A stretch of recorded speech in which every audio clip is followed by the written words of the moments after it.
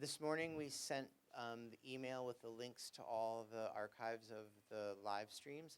If you didn't see it, if you can check your inboxes and filters, we used emails you registered for the program or Thanks so much. I'm really enjoying that Dongtar Kente introduction.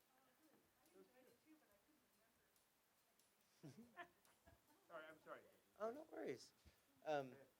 So there should be at least 2 emails in your inboxes of the emails you registered for the program with, or you participate in the Kālachakra study group with.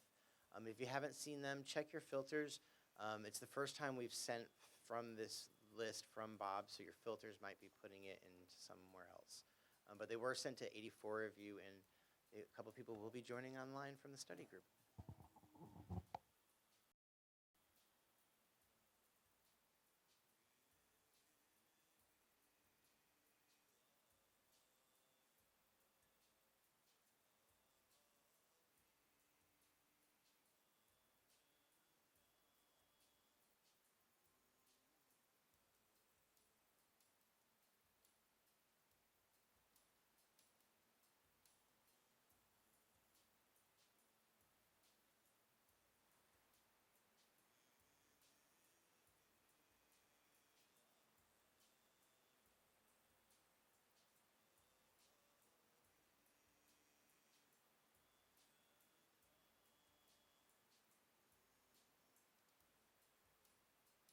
Great.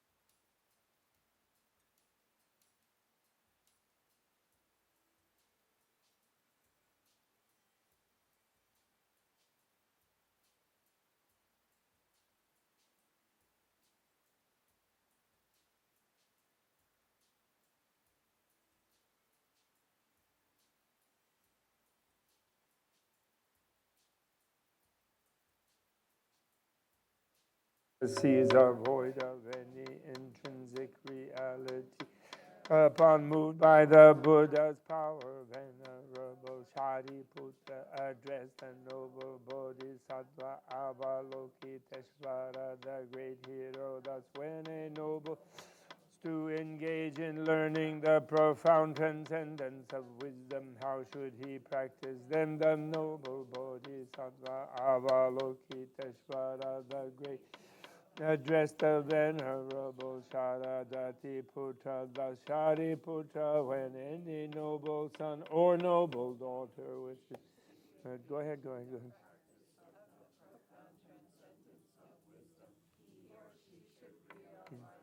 In this way, those 5 body-mind processes should be truly realized to be void of any sick reality. Matter is voidness. Voidness is matter. Voidness is not other than matter. Neither is matter other than voidness. Likewise, sensations, conceptions, mental functions, and consciousnesses are also void. Shariputra, thus all things are voidness.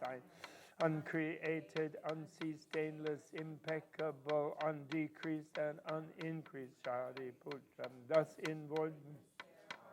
Matter, no sensation, no conception, no mental function, no consciousness, no eye, no ear, no nose, no tongue, no body, no reality, no form, no sound, no scent, no taste, no texture, no idea. There are no sense media.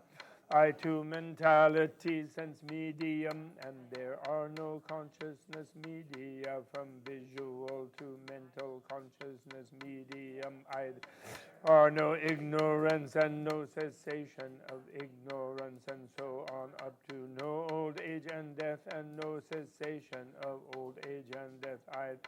Likewise, there are no suffering, no origination, no cessation, no path, no intuitive wisdom, no attainment, and no non-attainment. Therefore, Shariputra, because the Bodhisattva is without attainment, she lives in reliance on transcendent wisdom.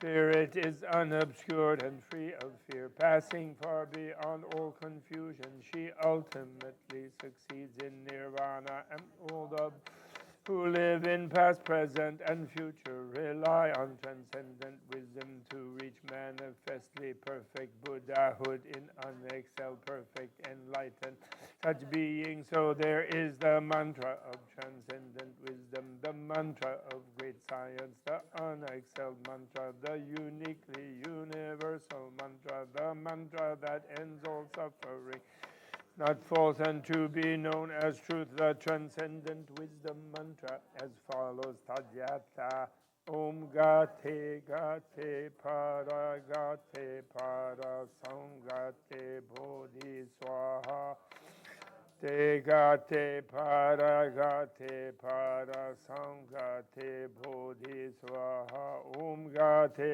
Gate Para Gate Para Samgate Bodhi Swaha Shari the Shuddha Bodhisattva, the great hero, learned the profound transcendence of wisdom. Thereupon arose from that samadhi and applauded the noble Bodhisattva Avalokiteshvara, the great hero, excellent, excellent, noble son. So it is, so it.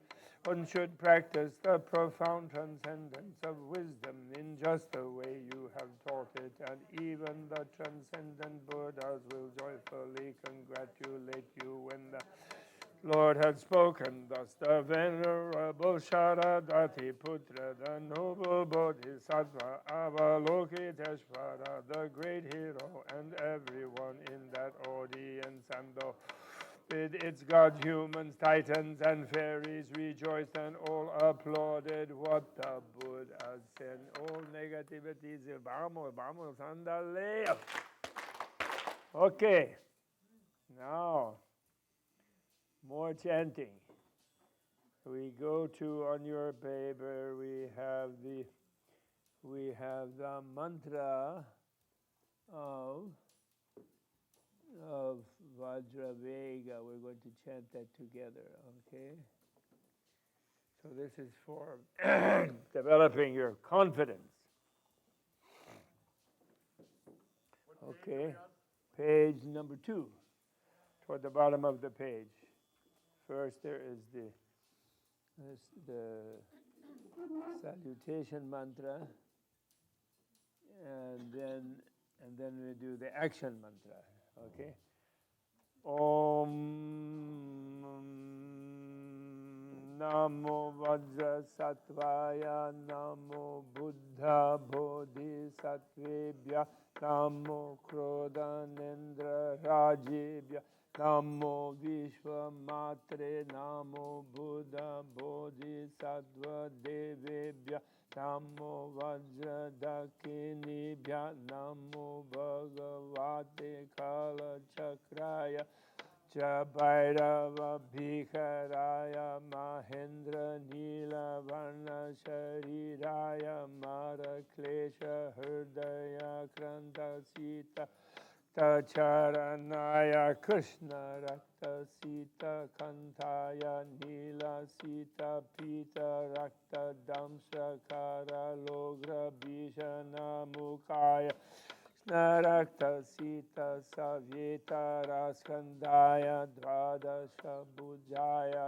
Shatrinshati Karaya Vajra Khadga Trishula Kartika Bana Anku Tamaruka Mudgara Chakra Kunta Danda Parashu Vajra Ganta Keta Katvanga Kapala Chapa Pasha Ratna Kamala Shanka Adasha La Brahma Shiro Gaja Charma Dhirta Karaya Vyagra Charma Nivasanaya Skande Munda Mala Valambine Shirasi Vajra Pata Mukute Chakapala Mala Arda Chandra Dharaya Kundala Ruchaka Kanteka Mekala Supura Bhasma Yajnopavita Shiromani Mahamudra Nag Vibhushanaya Vajradakini Samtoshita Hridayaya Indra Agni Yama Nartya Varuna Vayu Kuvaira Ishana Brahma Vishnu Nayaka Kartikeya Nandi Mahakala Graha Nakshatra Kshetra Pala Surendra Surendra Panindra Bhutendra Narendra Samstuta Charanaya. Okay, again we do that one. That's this the summoning and invocation. We do that again. Okay, ready? You ready now, everybody? Get on it now. I'll translate it too. I think this is a really good thing for you, takeaway for you. When you're feeling a little down and everything's bugging you, this mantra, you have confidence.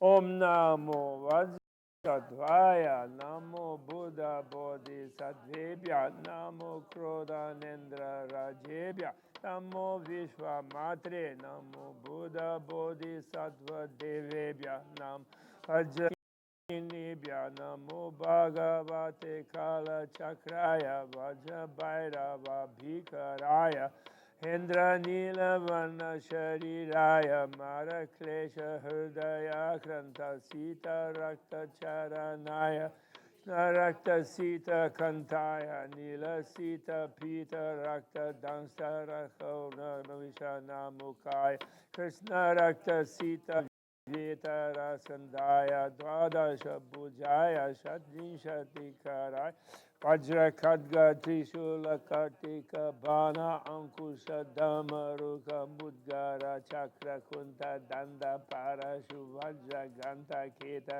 Katwanga Kapala Chapa Pasha Ratna Kamala Shanka Adasha Kala Brahma Shiro Gajya Charma Dhrita Karaya Vyagra Charma Nivasanaya Skande Mundam Malavalambine Shiras Ejapata Bukute Vajra Kapala Mala Ardha Chandra Dharaya Kundala Ruchaka Kante Ekala Nupura Basmaya Nyupavita Shiromani Mahamudra Nagendra Vibhushanaya Tadakini Santoshita Hridayaya Indra Agni Yama Nartya Varuna Vayu Kuvera Ishana Brahma Vishnu Vinayaka Kartikeya Nandi Kālachakra Graha Nakshatra Vesha Maphala Kurendra Asurendra Panina Bhutendra Narendra Samstuta Charanaya.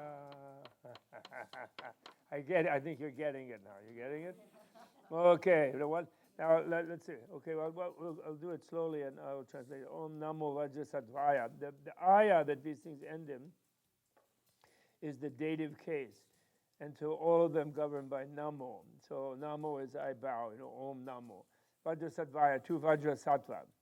Okay, Vajrasattva is the being of the personification of clear light of the void, Vajrasattva. It's Buddha in most universal, close to Dharmakaya form.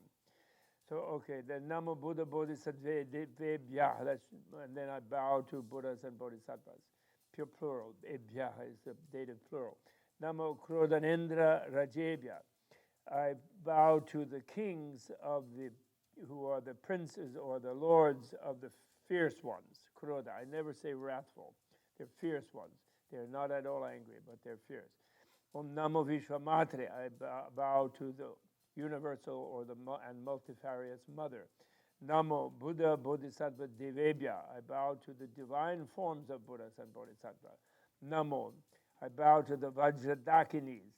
Those are the animas, Jung's anima, the diamond goddesses, sky-goers, Om Namo Bhagavate Kālachakraya, I bow to Kālachakra, the blessed Lord. Vajrabhairava Bhikaraya, to the one who terrifies the Vajrabhairava, the fierce terrifier. Mahendra Nila Varna Shariraya, whose body has the color of great sapphire.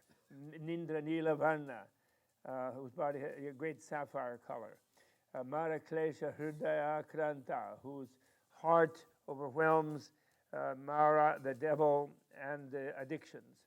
Mara Klesha Hridaya Kranta.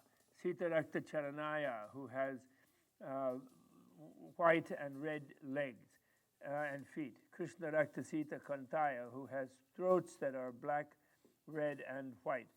Nila Sita Pita Rakta Danstra Karalogra Bhishana Mukhaya, who has a face that is blue and white and yellow and red, which is slightly fierce, whose fangs are gnashing. Well, this is very fierce, right? This is Vajravega, whose fangs are gnashing and frightening face. Krishna Rakta Sita Savyetara Skandaya, who has black, red, and white alternative aggregates. Dvadasha Bhujaya, who has 12 arms on each side. That's Skandaya Dvadasha Bhujaya. Yes, Shadvinshati Karaya, who has 24 hands. Vajra Khadga, and then this is what he holds in the hands. And starting with the right hand, going up the fan of the right hand. Vajra, sword. Khadga is sword. Trishula is trident. Kartika is chopper, flaying knife. Bana is arrow. Ankusha is goad hook. Damaruka is drum. Mudgara is hammer. Thor, hammer like. Chakra is discus or dharma wheel. Kunta is spear. Danda is rod of authority. Parashu is axe. Then going to the left hand, Vajraganta, the Vajra bell. Keta is the shield. Katvanga is the scepter, the Siddha's scepter. Kapala is the skull bowl. Chapa is the bow. Pasha is the noose. Ratna is the jewel of prophecy. Kamala is a 1,000-petal lotus. Shanka is a conch shell. Adarsha is the mirror. Shunkala is the chain. Brahmashiro is a Brahma head. Garja Charma is an elephant skin, Dhrittakaraya, because actually I was wrongly said yesterday that he had 2 extra yellow arms, but one is yellow, one is black, actually. They're not, I forgot which is which, but one is black and one is yellow. And with these 2 extra arms, he's holding at the eye level, at the brow level, in the threat gesture, there's a warning gesture, Tarjani Mudra, he's holding a freshly flayed elephant skin, which is dangling behind his back, and the head is dangling like that, which has a symbolic meaning. That's the Gaja Charma Dharaya. Gaja Charma Dhritta Karaya is holding that. So those are all the things in all of your hands as this fierce, in his fierce Vajravega. Vyagra Charma Nivasanaya, you're wearing a tiger skin. Skande, a skirt, skande, a lungi of tiger skin. Skande Munda Mala Valambine, the various Munda Mala, dried head, severed head necklace he's wearing. Shirasi Vajrapata Mukute, he has a Vajra crown ornament on his head. Vajra Kapala Mala, Ardha Chanda Dharaya, he also has a garland of Vajra skulls and also a half moon holding a half moon. Ardha, I want it to be a crescent moon, that's Shiva, so anyway, half moon. Kundala Ruchaka Kantika Mekala Nupura Basmaya Nyopavita Shiromani Mahamudra Nagendra Vibhushanaya. He is you who are adorned by the kings of the Nagas with their great gestures of wish fulfilling, who are your Brahman cord, your ankles, your armlets, your anklets, your bracelets, your armlets, and your thighlets. You have the ornaments like that on your limbs. Vajradakini Samtoshita Hridaya, you who has the heart that satisfies and thoroughly pleases the Vajradakinis. Indra, and then these Indra, Agni, Yama, Nairtya, Varuna, Vayu, Kuvara, Ishara, Brahma, Vishnu, Vinayaka, Kartikeya. So that's the whole, all of the regular deities are called world protectors. Indra, Agni, and all of them are there, Vishnu and Shiva, and Kartika is the god of war, Kumara. And then Nandi is the bull of Shiva, and Mahakala is also part of the Gana of Shiva, that Ganesha is the leader of. Vinayaka means Ganesha. And then also you have the Grahas, which are the conjunctions, astronomical things. The Nakshatras, which are the conjunctions. Kshetrapala, which are another kind of protector deity. Surendra, the kings of the gods. Asurendra, the kings of the Asuras. Pranindra, the kings of the serpents. Bhutan, the kings of the goblins or the trolls. Narendra, the kings of humans, who praise you, Charanaya. Your feet are like praised by all those beings.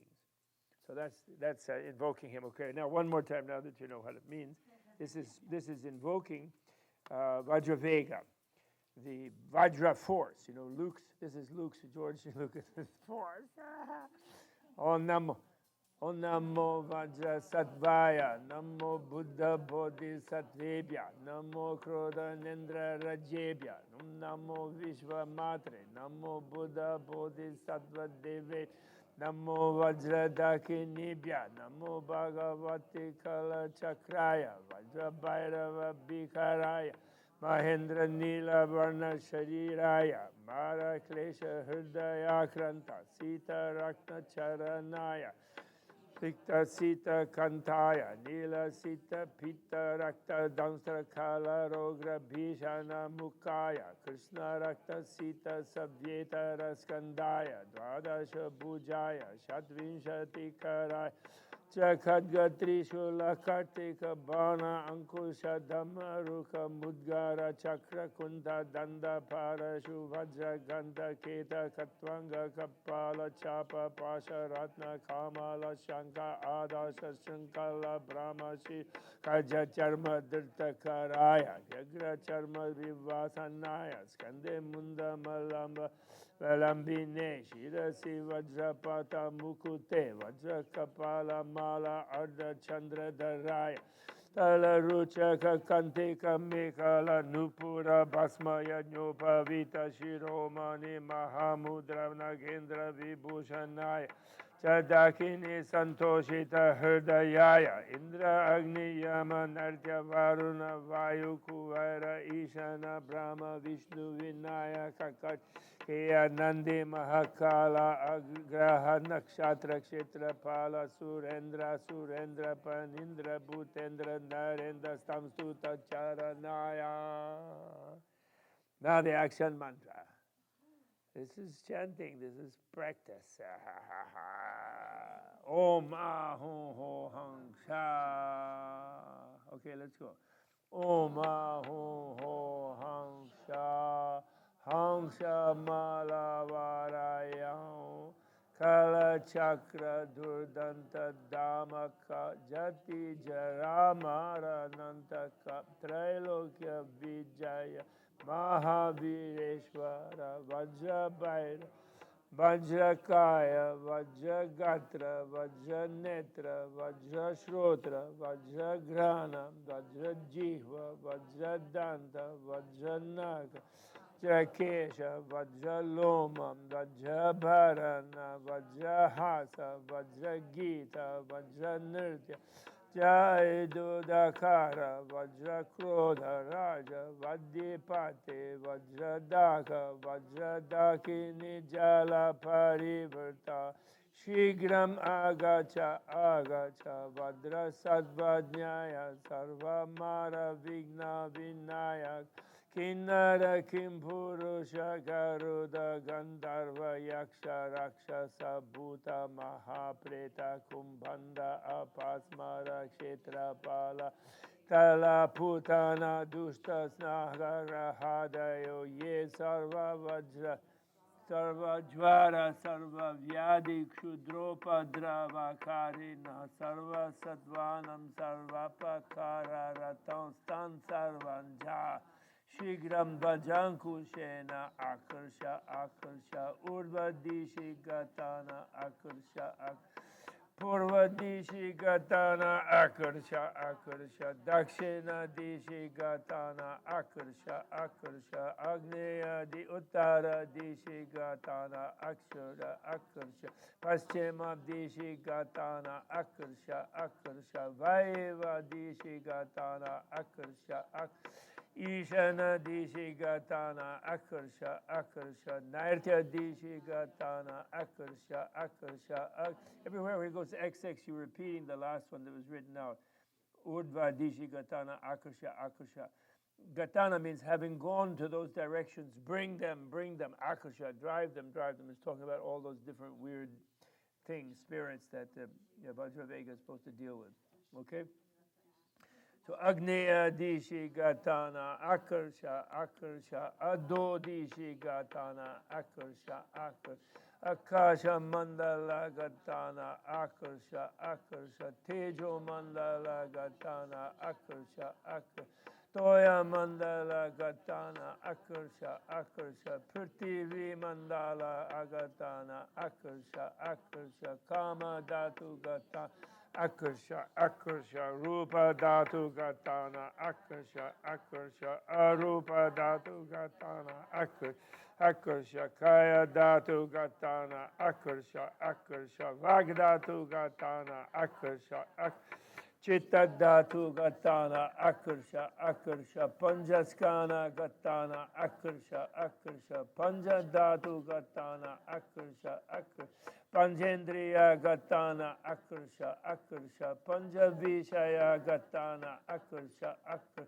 panja karmendriya gatana akarsha akarsha kama kandendriya vishaya gatana akarsha akarsha Sarvato yatkuta chidgatana akarsha akarsha mahasmashane vajragni jvalita bhumyam nipataya nipataya vajrapashena sarva bhujeshu bandaya bandaya vajrashunkalaya sarva padeshu nirodaya nirodaya sarva sadveshu kaya vakchita upadrava kara tan tan tan mahakroda vajrena churnaya churna vajrakadgena nikantaya nikantaya vajratishulena bedaya bedaya vajrakartikaya hana hana vajrabanena vinda vinda Vajrakila kaikilaya kilaya vajramudgarena akotaya akotaya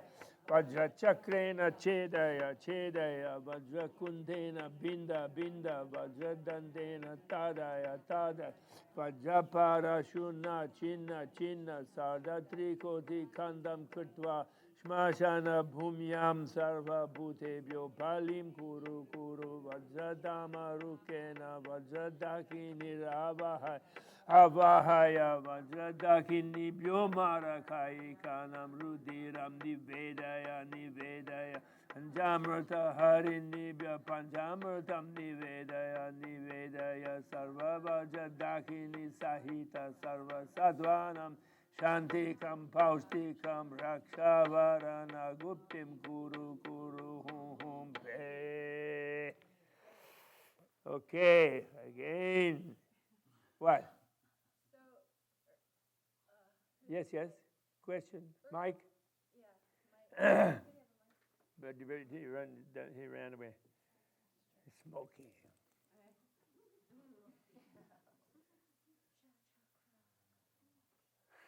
Well, just I'll repeat the question. What is it? Test. Do you guys know what I'm going to ask? Yeah. Okay.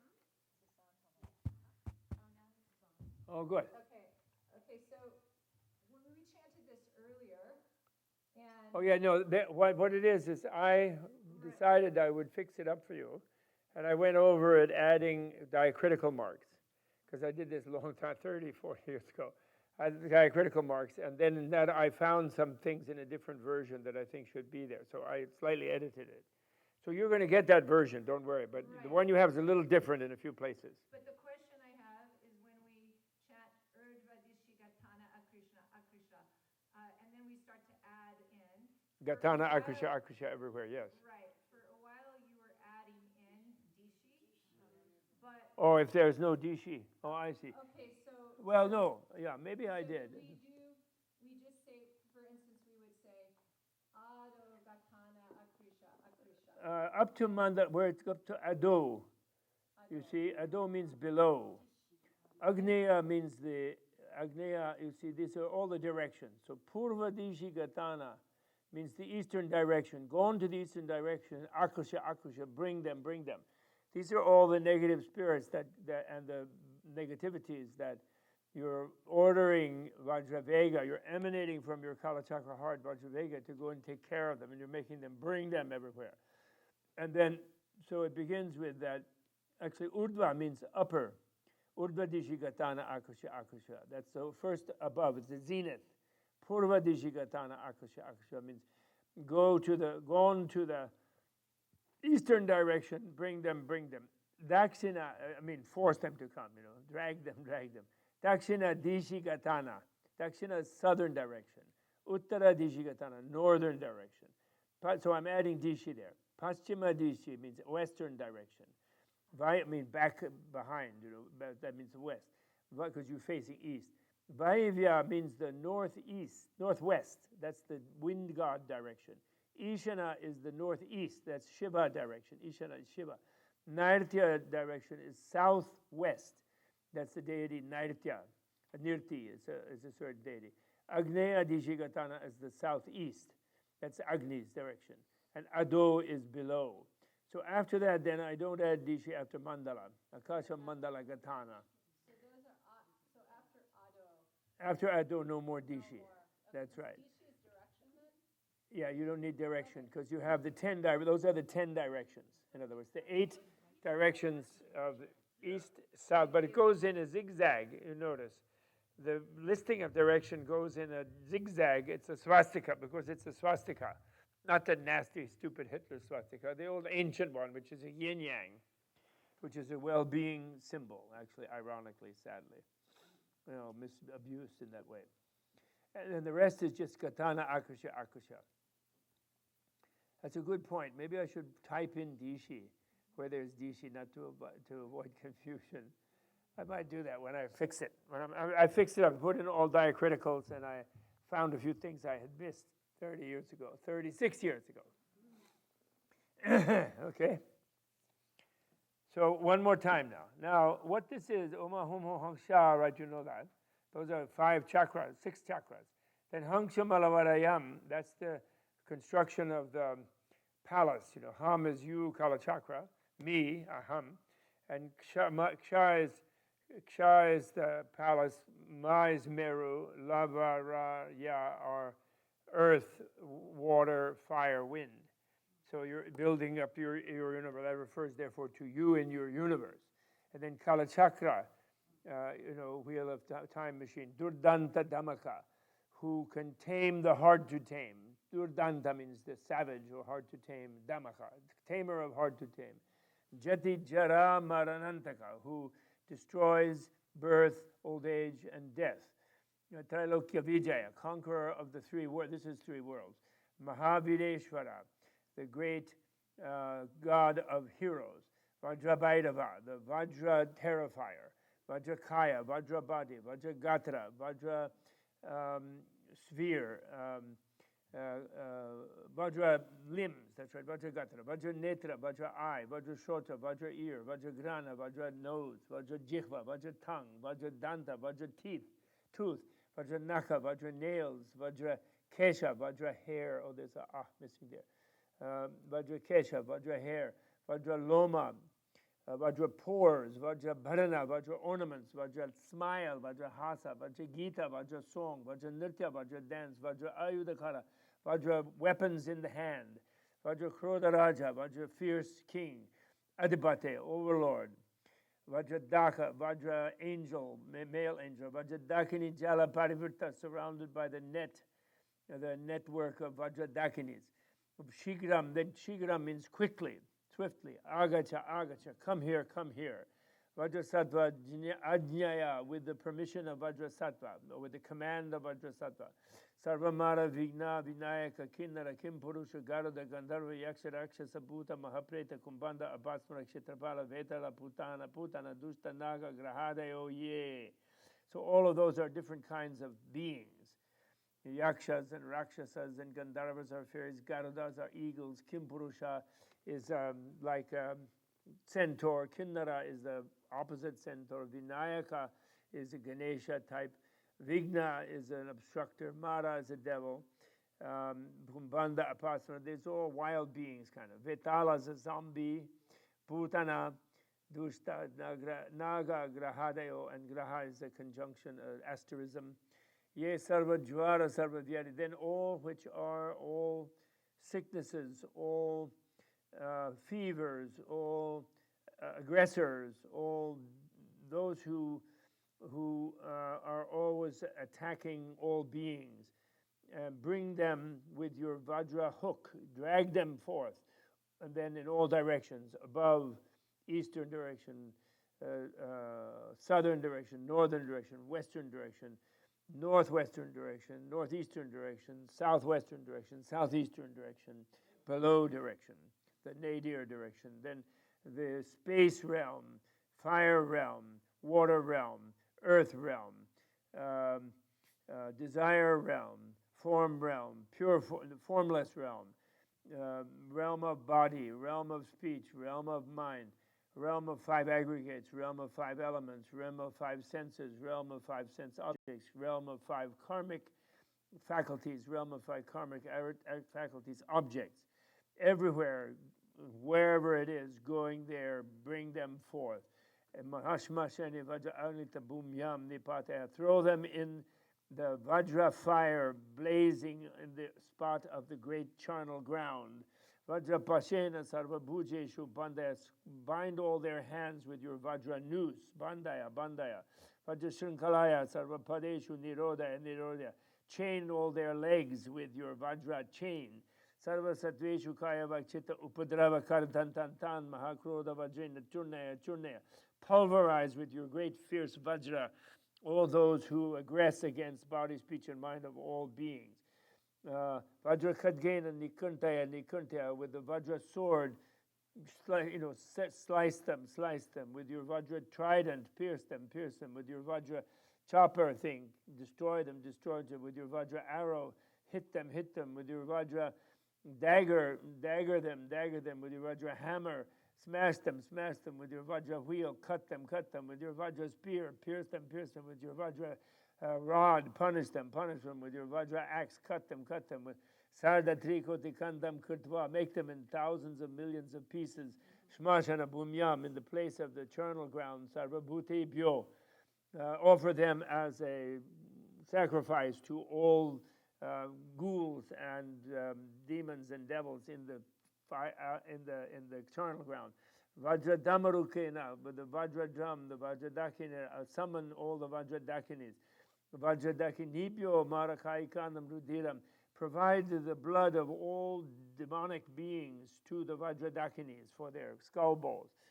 Panchamrita Harinibhyaha Panchamritam, all strivers turning them into the 5 nectars and offer them Panchamrita as well.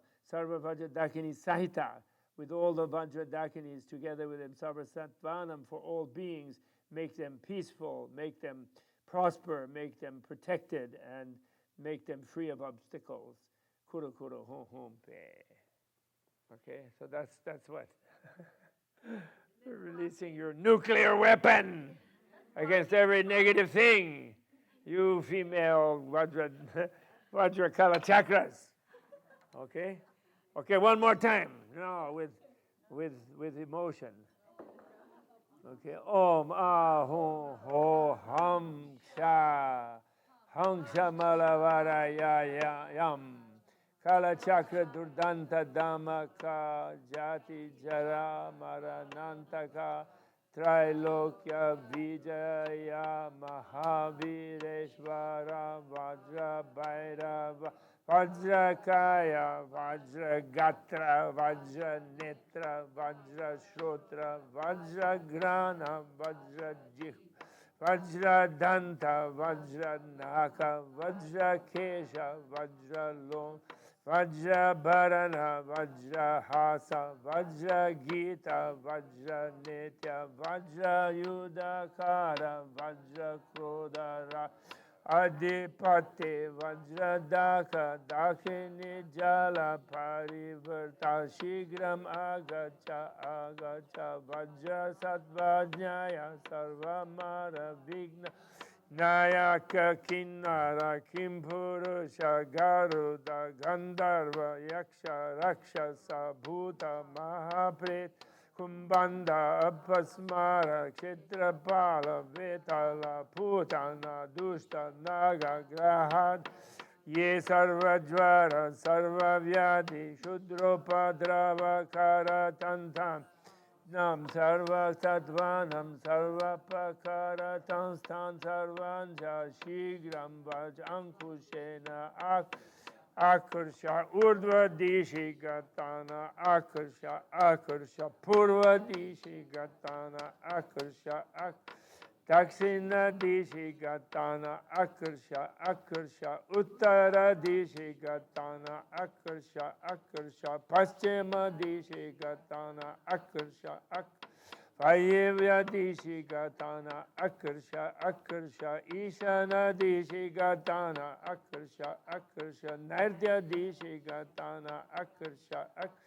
Agneya dishi gatana akarsha akarsha. Adho dishi gatana akarsha akarsha. Akasha mandala gatana akarsha akarsha.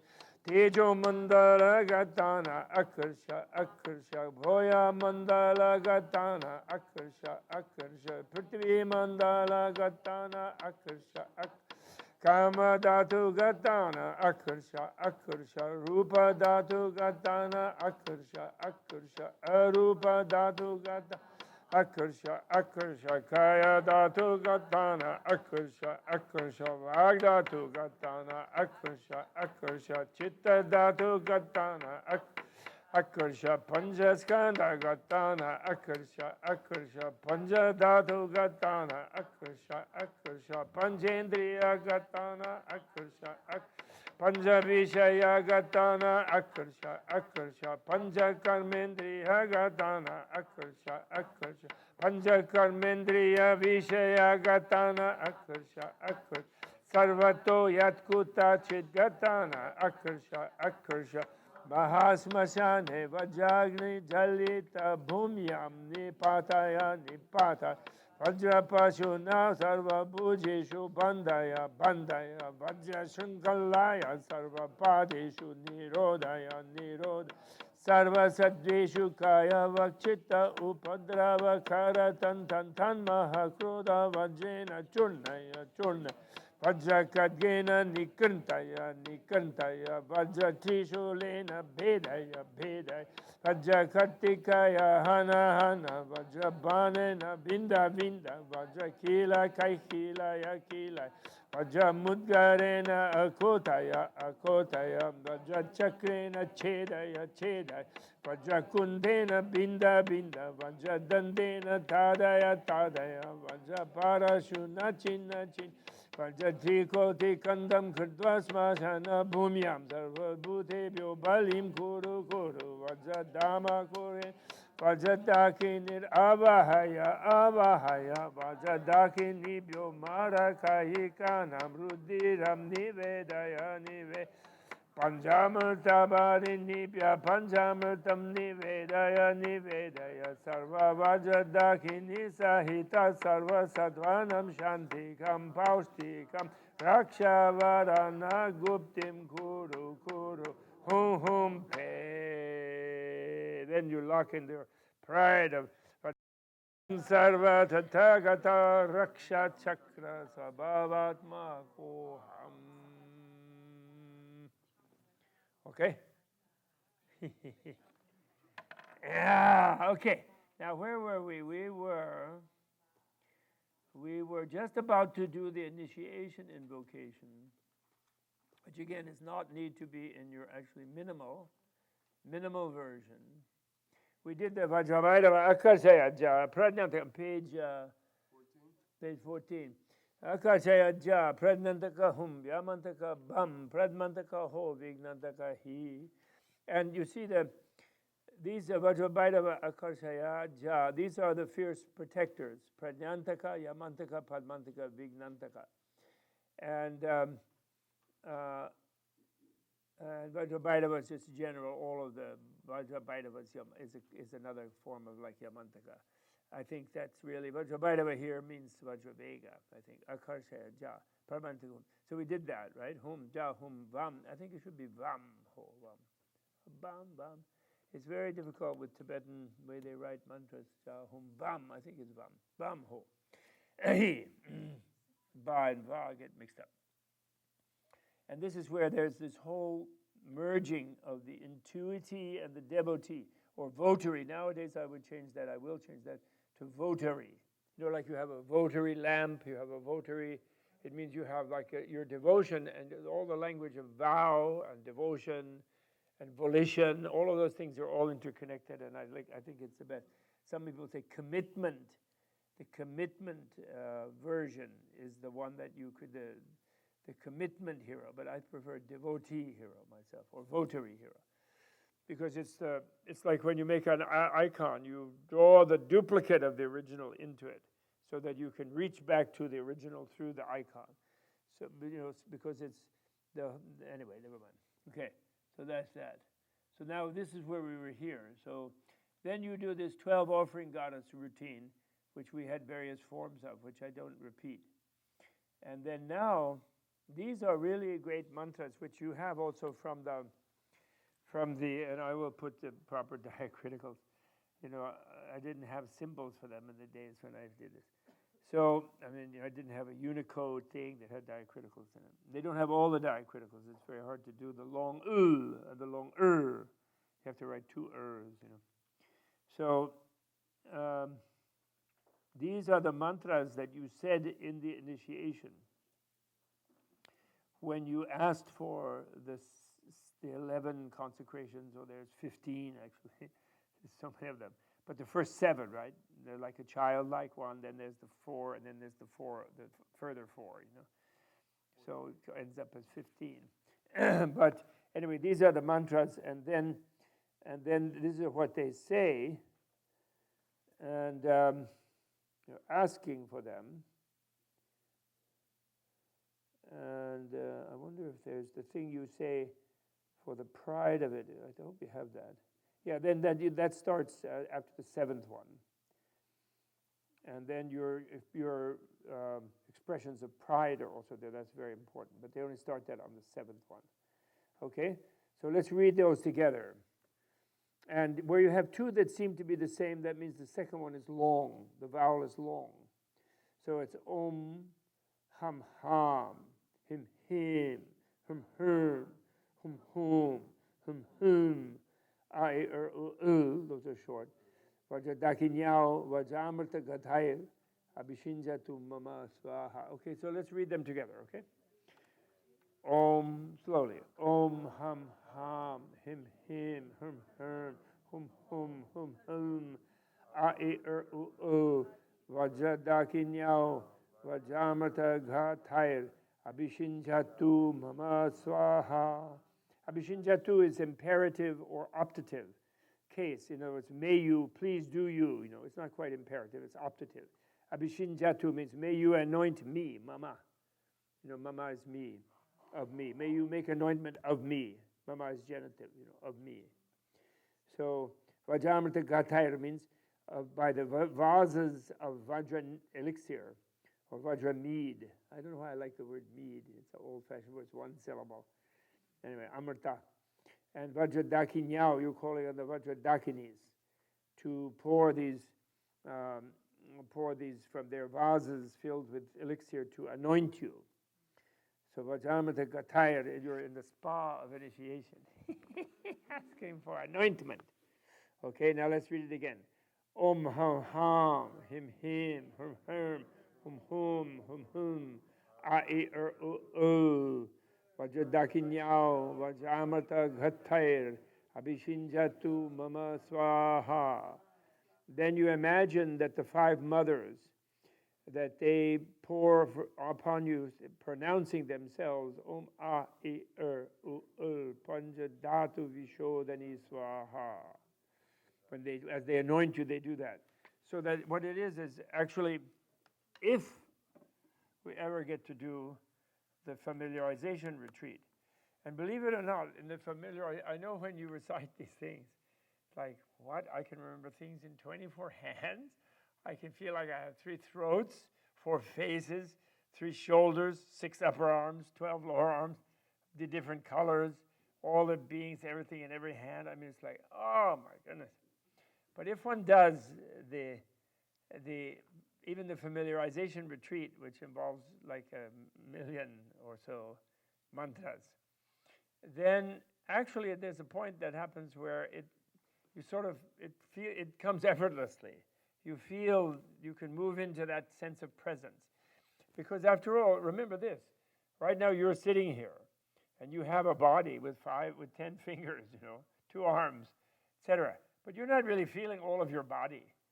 You know, if you have a wristwatch or rings or something, you don't pay attention to them all the time. You know, you're like whatever you're doing, you know. So you sort of Panchabuddhatmakam. So here it is, all Buddha's Vajra crown for me, of mine. Panchabuddhatmakam, which is the nature of the 5 Buddhas. You know, there are 5 little Buddhas, or little skulls, which represent the 5 Buddhas, families, Atmakam, with the soul of the 5 Buddhas. Bandhayantu, may they bind it upon me. Bandhayantu means cause it to be bound on me. Swaha. And then hail. And then you imagine that the 5 Buddhas, Amoga Siddhi, Ratnasambhava, Amitabha, Vairochana, and Akshobhya, are putting the crown upon your head, and they say when they do it, Om A I U U. Let's go. Om A I U U. Panja Tathagata Parishuddha Swaha. So now you have the 5 Tathagata purification, total purification, all hail. Then you ask for the turban consecration. Really turban. It's a ribbon. It's not really a turban. You can't put a turban on top of a crown. It's a ribbon. Why did I put that? It must have been in somewhat a book. Ribbon consecration. Okay. Om ha ha hum ha prem ho sarva paramita mama vajrapatam bandayantu hum pe. Then you're calling here the 10 Shaktis. 1, 2, 3, 4, 5, 6, 7, 8. But only 8 of them you have outside syllables for.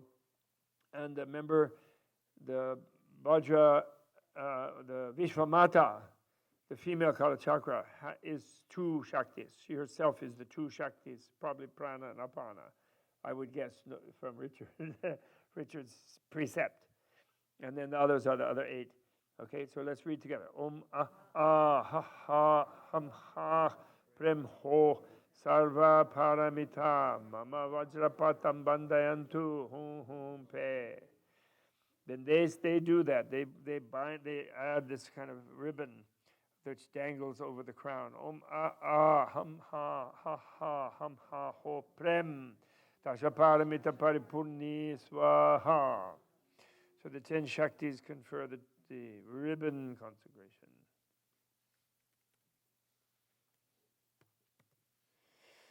Then you have the Vajra and the bell consecration. Om Hung Ho. Let's go. Om Hung Ho.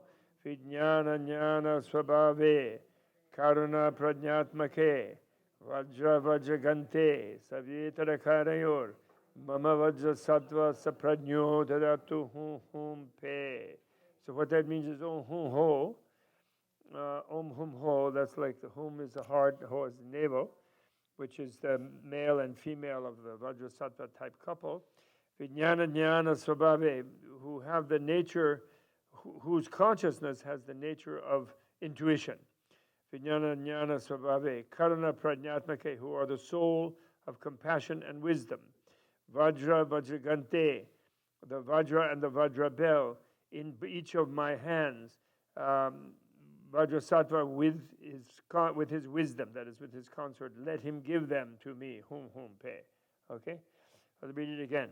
Om hum ho, vijnana jnana swabhave, karuna prajnatmake, vajra vajragante, savi tarakarayor, mama vajrasattva saprajnyo dadatu hum pe. And then they say, then both Vajrasattva and the wisdom consort come and they say, Om Hum Ho, Surya Chandra Vishodaka Swaha. And this also, the Vajra and Ganta, they purify moon and sun and moon, so your right and left channels, they purify them. Because, Kālachakra, although there is a big thing about central channel, one thing, a lot of the symbolism earlier in the Kālachakra initiation and in the creation stage or generation stage has to do with the fact that in completion stage in Kālachakra, you don't leave the body in a magic body, like a dream type body that you do in other Unexcelled Yoga Tantras, at the very advanced reaches of creating a Buddha body and then merging into clear light and back and forth, in the top 3 stages, the great perfection stages of the top 3. And 2.5 really, the way they count them. And you don't do that, but you do it in the body. So actually you find a new role for the right and left channels. You find a new role for the coarse body. It's like the idea, it's like an alchemical thing. The dross of the meat space body is turned to the Vajra body without leaving it. So that's why then the Vajra and bell are associated with the right and left channels. Okay? Interesting. That's just a detail. So then you pray for the discipline consecration. Okay? Om a a e I ar o au al al am ah sarva bodhisattva sabariyaha sarvada sarvakama upabhogam vajrapratam mama dadantu swaha. So now you say, you invoke all of the 12 bodhisattvas, male and female. So bodhisattvas with their partners, always make them, let me enjoy all desires, all pleasures. Vajrapratam mama, let them give me the Vajra discipline, or Vajra discipline. And the discipline now is to enjoy all sense pleasures. Because as I said, when you see something that's Kshitigarbha, making love with, in this balanced super love thing, not like the dissipating type of love, the akshara, indestructible type of bliss love, with the visual object, which is the goddess Rupa Vajra, the Buddha's Rupa Vajra, so that all your sense experience is great bliss, void, indivisible, simply, not a distraction from that. In other words, that's the particular discipline. We did that already, right? It was a pratama madarantu swaha. Then they saying, these 12, e I R O al am ah vishayendriya vishodhani swaha. Vishaya is the object and indriya is the sense faculty. And vishodhani is there totally pure, swaha. So to the purification of all the sense objects and their faculties. The heroes and heroines confer the Vajra discipline consecration. Then now you pray for the name consecration. Okay. Om ha ha ya ya ra ra wa wa la la sarvakroda raja sabarya. Yeah, that's all the fierce kings with their partners. Maitri karuna mudita upeksha sarva samata swabhavam, with all the universal equality nature of love, compassion, joy, and equanimity. Those are the 4 immeasurables. Sabhavam, Vajrapurvam Gamam Nama, preceding the Vajra condition of clear light. Nama, the name, which is preceded by the Vajra reality. That my name, give me my name, Hum Hum Pe. Right? May they give me my name. Nama me. Me is also in the form of genitive, or to me. So give me my name, Hom Hom Pe. Okay? So let's read that together. Om ha ha ya ya ra ra va va la la sarvakroda raja sabaryaha maitri karuna mudita peksha sarva samata swabhavam vajrapurvangamam nama me dadantu Hom Hom Pe. Then they come, these fierce deities, 10 of them usually, with 10 consorts. Om ha ha ya ya ra ra wa wa la la chato brahma vihara vishuddha swaha. Now they purify the places of the 4 pure abodes, which mean the 4 immeasurables, the Brahma dwellings, vihara vishuddha swaha.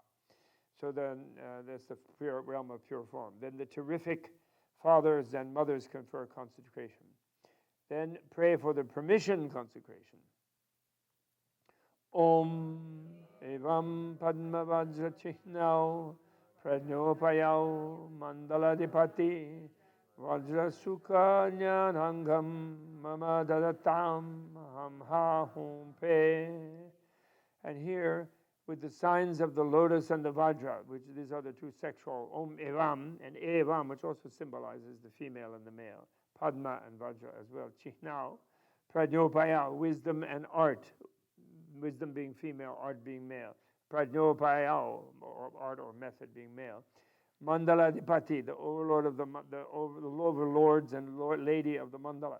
Vajra Sukha Jnanamgam, that which has gone into the intuition of the Vajra bliss, Dadatam, which is the reality itself. Dadatam, let them give me it. Dadatam is a dual case. So it means let those two give that to me. That's male and female Kālachakra. Ham, ha, hum, pe. So then they say, Om Hang Sha, Dharma Chakra Pravartaka Swaha. They give you permission to teach, to become a Vajra Acharya, to a teacher of the Vajra teaching, Dharma Chakra. Om Ahum, that's the Dharma wheel. Pravartaka, it means turner. Become turner of the Vajra wheel, they say to you. Swaha, that's the permission consecration. Thus having been manifestly consecrated, read it, thus having been manifestly consecrated by the 7 consecrations, I become a lord of the 7th stage.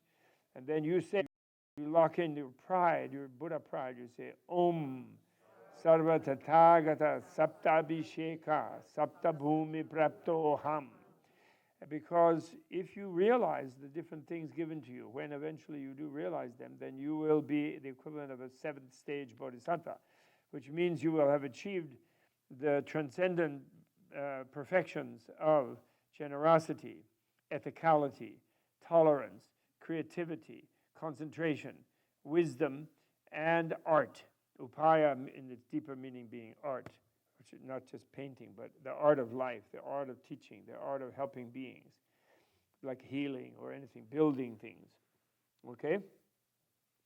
So that's your pride. So you say Sapta Sapta Bhisheka, Sapta Bhumi, the 7th stage. With the 7 initiations I have attained. Prapto means I have obtained. Sapta Bhumi, the 7th stage, Ham. So, and because all of these bodhisattva stages, although, that's another definition of Tantra. Tantra is defined as what's called a goal vehicle. Sutra, all the exoterics are defined, although the boundary is not that hard and fast, actually. But all the exoteric teachings are defined as causal vehicle, or means vehicle, or method vehicle. So in other words, they are taught and practiced within the context that you are apart from the goal, seeking it, right? That's called a causal vehicle. You're accumulating the causes of the attainment of nirvana, in the exoteric. So it's a causal vehicle. A goal vehicle doesn't mean that just by being introduced to it, you automatically are a Buddha by being initiated. But it means that you are doing a practice where you are kind of imagining yourself the goal, and you are working on removing the veils of being at the goal.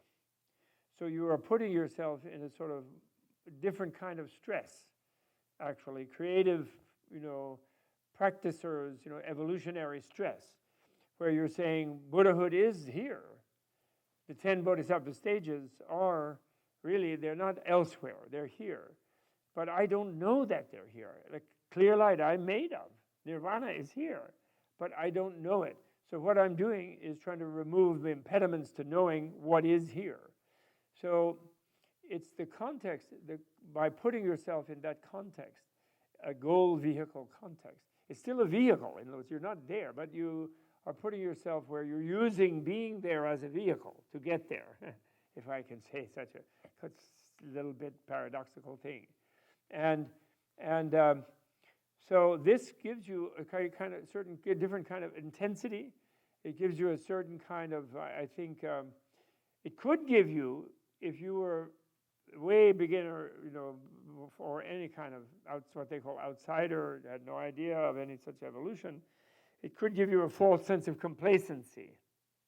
Like the lady who said, "What? I have to do all this? I got the initiation. What else?" Thing. Because in the initiation you say, "Well, I'm on the 7th stage. I'm on the 10th stage. I'm Kālachakra." So that was it. But no, that's just the entry to the goal vehicle. And it's like the non-dualistic teaching, that you are in nirvana, actually, but you don't know it. So which creates a different sense of fallback. It gives you a different kind of confidence. And if you really feel it or imagine it, then that gives you a different intensity of motivation. is the idea. Okay? So that's why it's considered very powerful and effective at the right time for the person with the right foundational understanding, which is why we always go back to it. That's why Dalai Lama in the initiation, he says, ha ha, I tricked you. I taught you the Bodhicharya Avatara, the introduction to the Bodhisattva life, which you wouldn't have come in the 400,000 of you to do that. You came for the initiation. But most of you can't use the initiation much. But boy, you can use compassion teaching and wisdom teaching of Shantideva. Boy, oh boy. That's what you really got here that really helps you. So we go back to it. That's why on the first day today, I did the 3 principal paths again. And that's why we should meditate that as a preliminary, always.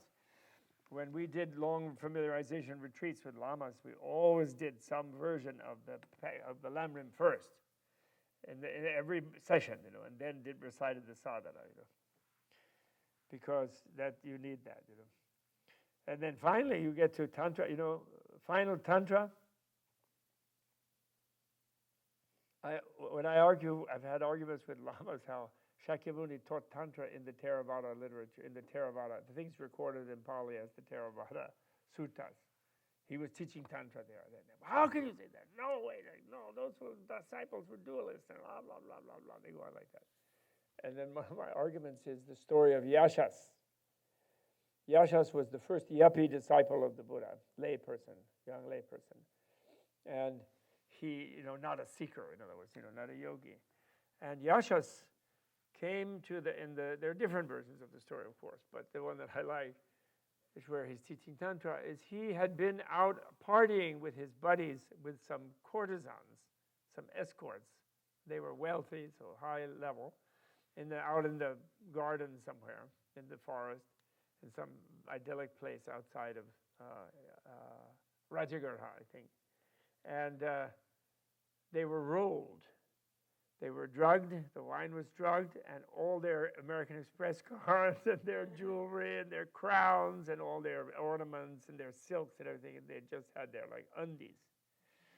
And he was running through the forest asking everybody, have you seen them girls, carrying something? He's an old man.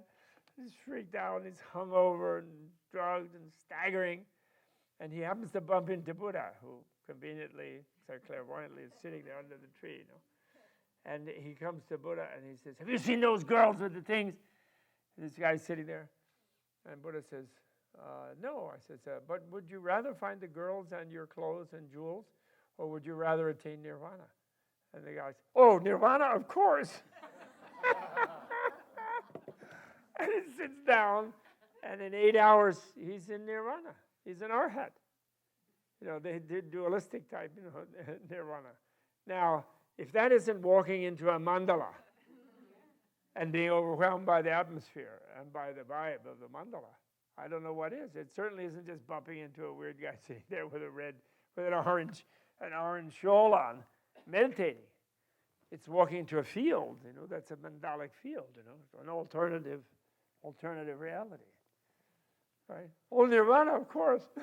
Forget a migrator card and everything. Oh, okay, nirvana.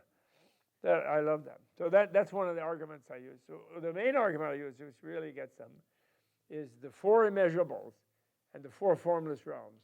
Turn them upside down, and they're the 8 dissolution stages of the Book of the Dead and of Tantra going to the clear light. Do you get it? Infinite love is the earth, is lochana. That's the Buddha lojana, and it's the earth element. So earth into water, right? Infinite compassion, immeasurable compassion is mamaki, and who's the water element and who is immeasurable compassion. Immeasurable joy is pandaravasini, who is the fire element. Immeasurable wind is samayatara, who is the wind element. And then you have space, right? Then the moonlit space is when you just space, and it's luminous, but there's nothing bright. It's kind of like a neon moon-like luminosity, it's from the sense of you're being used to be surrounded by objects, then you are one with this vastness object, which is in this thing like that.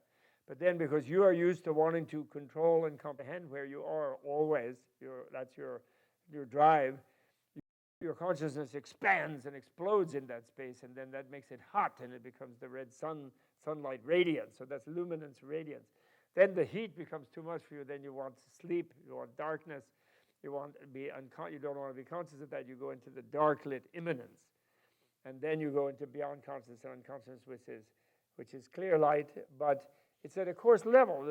Those lamas who finally lose to those geshes, who finally lose to me in this debate, they say, well, okay, it's like similar, but it's the coarse mind, so it's not the same thing. I said, of course, I didn't say it was the same thing. I said it was a hint to those dualistic guys who couldn't be told this is nirvana, but it was a hint that this is the stage of getting to this place with the clear light. But he's not saying clear light then will turn out to be, instead of isolated from all form, it will be everywhere. He's not going to say that, of course not. And actually, you can stay in that red horizon of the clear light if you have a big ego thing about it, and you're identifying, this is me, and no, I don't need anybody else, and then you can have your psycho version of the clear light. Nice, comfortable, happy psycho in the clear light there, all by themselves. No mom, no girlfriend, no boyfriend, nothing. Just all by myself. Yeah, well, he doesn't exist either, so who cares? Okay? Om, say again. Om sarva tathagata sapta bhisheka sapta bhumi prapto ham. Again, say. Om sarva tathagata sapta bhisheka sapta bhumi prapto ham. Okay, so that's the pride thing. Now I pray for the higher consecration. Again, a new form of the vows consecration. Om Om Pradnopayao Kālachakra Medadatam Hum Hum Pe. So Medadatam, that again is a dual. This is the idea that male-female, Kālachakra, both of them are giving you, that's a dual case of the optative, Dadatam. May you too give me the vows initiation. People can say Kālachakra can be a pot, but I don't think we want to say the pot initiation. That only in Colorado. Okay, anyway. Kālachakra Medadatam Hum Hum Pe. So vase, I think, is more elegant than pot. I don't know why. Pranopayao. Prajna, the bliss void wisdom, born of the touch of the consort's moon white breast, and become a lord of the eighth stage. Om Om Vajra Sadvena, Vajra Kalasha Abhishekena, Abhishekato, Vajra Sattva Putro, Achala Bhumi Labdo Ham. So here, the Achala Bhumi Achala is the name of the eighth Bodhisattva stage. It means immovable. And it has to do with the power of prayer or vow, of devotion, vow, prayer. It's at that stage. And so it's unmovable because your vow and your Bodhisattva vow is so strong. And Vajrasattva Putro, I'm a son of the Vajrasattva. And Labdoham, so I have attained that. Labdo means I have attained. And Abhishekena is the instrumental case of anointing. So by the anointment, Abhishekato, I am anointed. So it's being used as an adjective, as a noun and a verb both. Abhisheka, Abhishekato is a verb form of this. Sinj, actually, I think is the verb root. Sinj. Sheka is like a noun derived from that. Vajrasattva, by Vajrasattva, by Vajrasattva. But there are two Oms in front of Vajrasattva. So Vajrasattva is Mr. and Mrs. Vajrasattva here, not just one. But people might think it was just the male one. Okay, Om Vajrasattva, Vajrakalasha Abhishekena. Say again now with the pride of the eighth stage. Om Vajrasattva, Vajrakalasha Abhishekena, Abhishekato, Vajrasattva Putro, Achala Bhumi Labdo Ham. Then you pray for the secret consecration. I don't know, mystic does mean hidden, literally, but nobody thinks of it that way, so I would have to put now secret. I pray for the secret consecration. Om Aha Prajnopayo Guhyabhishekam Medadatam Hum Hum Pe. Then saying Om Ahum Ho Hanksha. I win the mystic or secret consecration, the bliss void wisdom born from the taste of the emitted enlightenment spirit. I become a lord of the ninth stage. And this is very key. What in the thing we get some kind of yogurt, right? But what it is, in the reality of the secret consecration, is that that's the imagining. The reality of it for just a few people or a single disciple, is the disciple has their own female partner. That female partner has to have, if the disciple is male, if it's female, she has her own male partner.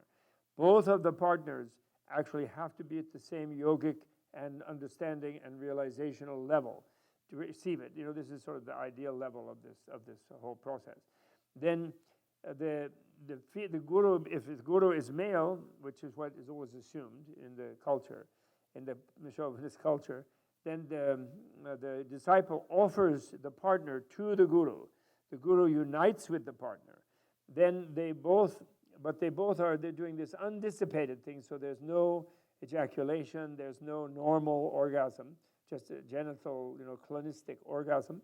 But both of them are generated, they're red, she the red, he the white bodhicitta.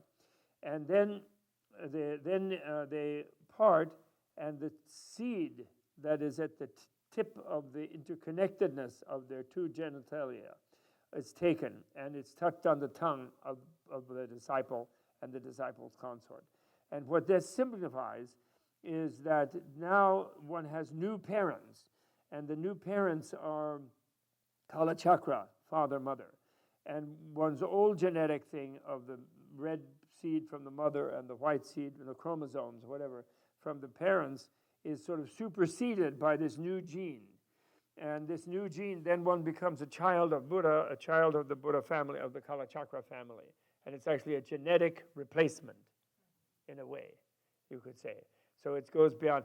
And I believe, my personal thought about this, is that the Tibetan people, and eventually then the Mongolian people, to an extraordinary extent, among human nations, tribes, nations, whatever you want to call it, sort of tribes expanded to nations, have the least interest in ancestors of any Asian people, for sure. And actually, if you go to Boston and visit some waspy house, and I have a bunch of them, but I don't put them on the wall, and you're in the front hall there where you take off your coat and your galoshes and things, there'll be this picture of some really funky-looking old whaler with a beard, like, they have, and some poor wife who looks like this, and from the late 18th, early 19th century, something like that. And it's their ancestor worship place. They don't have a ritual to offer them cookies and tea like in China, but in a way you can say that an anchor of racism is the idea of your blood is your thing. Is identifying with your gene, the blood of your parents. Blood and bone. The Tibetans would say the white and red element, the blood and the bone, blood from the mother, bone from the father, and the white element from the father. And the Tibetans, not that all the Tibetans were doing Tantra, but a lot of them were. And therefore they were constantly visualizing their ancestors as the spiritual heirs, like Atisha, Tsongkhapa, Papa, not mom and dad as much. I mean, of course, they still have mom and dad, and they still teach, a little bit of filial piety, but it's not the huge thing that it is in China, Japan, Korea, and even India with the upper caste people.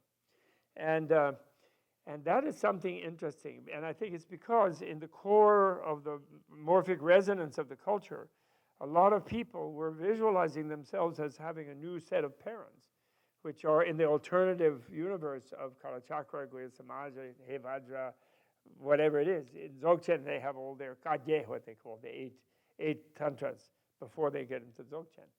So all the different orders have this, and it's something really interesting, I think. It reinforces what karma already did in Asia, and why Asia was more gentle than Europe, and therefore why European colonialism was able to conquer Asia. Before that, Islamic colonialism was able to conquer it. The difference being that the Islamic one, they settled down in the country, so they circulated the wealth inside. The European was the first to extract it from the Asian countries, and which made it more predatory. But the reason they're able to is that the karma theory already weakens the sense of connection to the blood parents, because you could be born in every other race previous time. And your ancestor is not up there waiting for a cookie and a cup of tea and a little ritual in a happy hunting ground. Your ancestor is yourself, is your friend. Grandpa, oh, Grandpa, Grandma, there you are. Oh, Mike, oh, you went to Andover. Stupid ancestor. But I'm saying that sense of piety about the blood thing is diffused all over beings, you see, because you don't know where Grandpa is, you don't know where, but everybody's mom, you focus on, even Grandpa's was mom in some other previous life. So karma eroded the tribalism, the lethality of the tribalistic thing, which, still the militaristic drum beaters in America and Russia and everywhere are beating to keep their people enthralled in police states. So and big armies to pretend to be after the other person, but which they used to be really after the other person. Now they can't because everybody has nukes, And so you can't attack someone like that. You can sort of try to destroy their entire country, that's all. Cannot really. War, as defined by von Clausewitz, the Prussian, as diplomacy by other means, is no longer available because the enemy will not be of any use to you if you defeat them, because what defeat means obliterate their country. So that only will produce the few people who survive will become terrorists. They'll be so pissed off. And they'll never sow something for you or give you some oil or whatever. You can steal some stuff off the surface, but then they're done, and then you're just worried about their terrorists. There's no winning, in other words.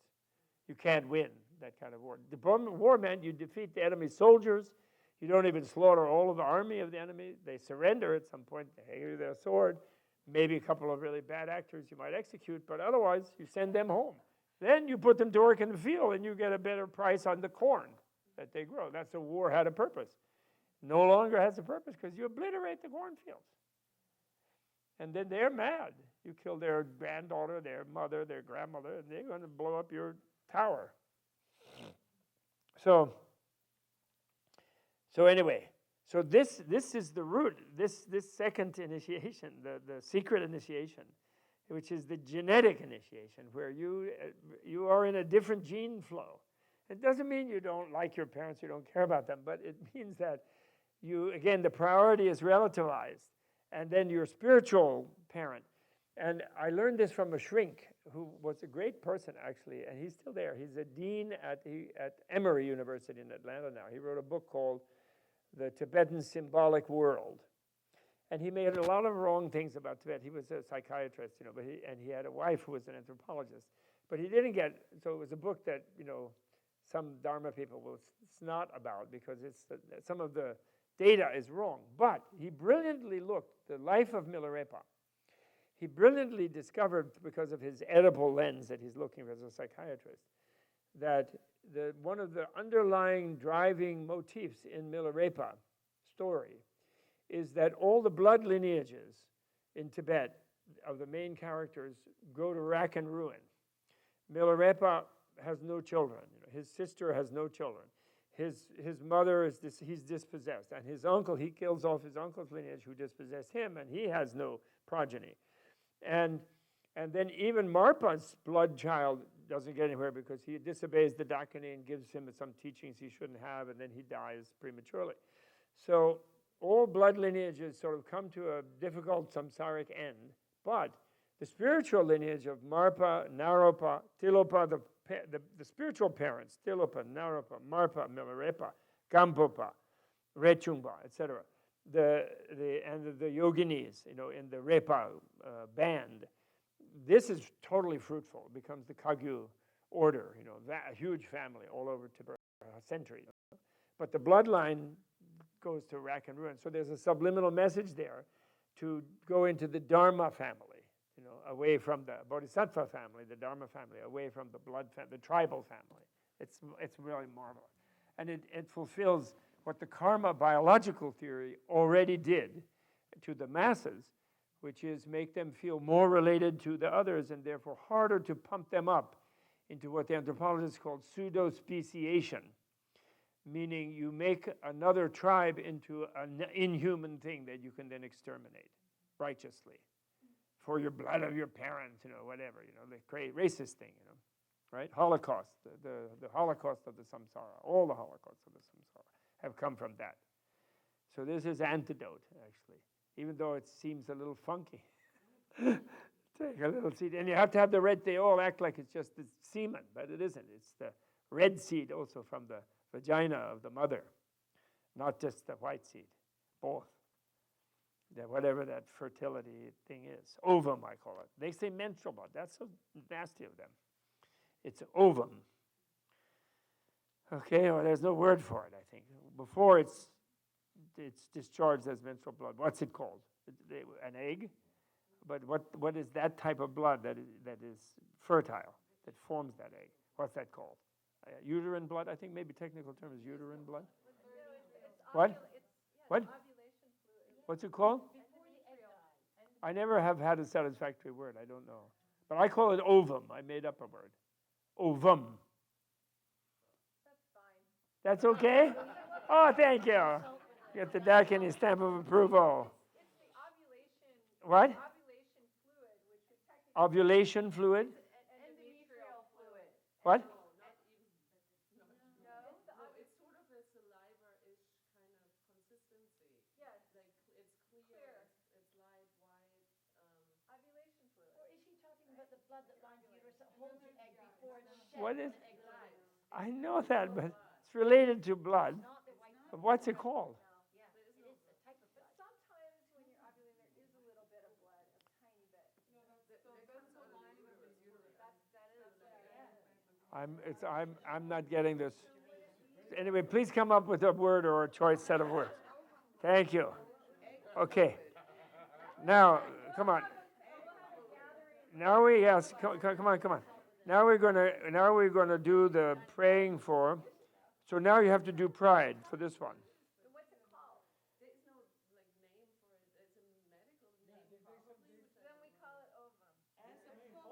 It's ovum, okay? It's going to be called egg fluid. What? Egg fluid. No, then people are gonna think some weird like eggnog. No way. It has to be associated with blood, because the red bodhicitta is the female thing. Egg plasma. What?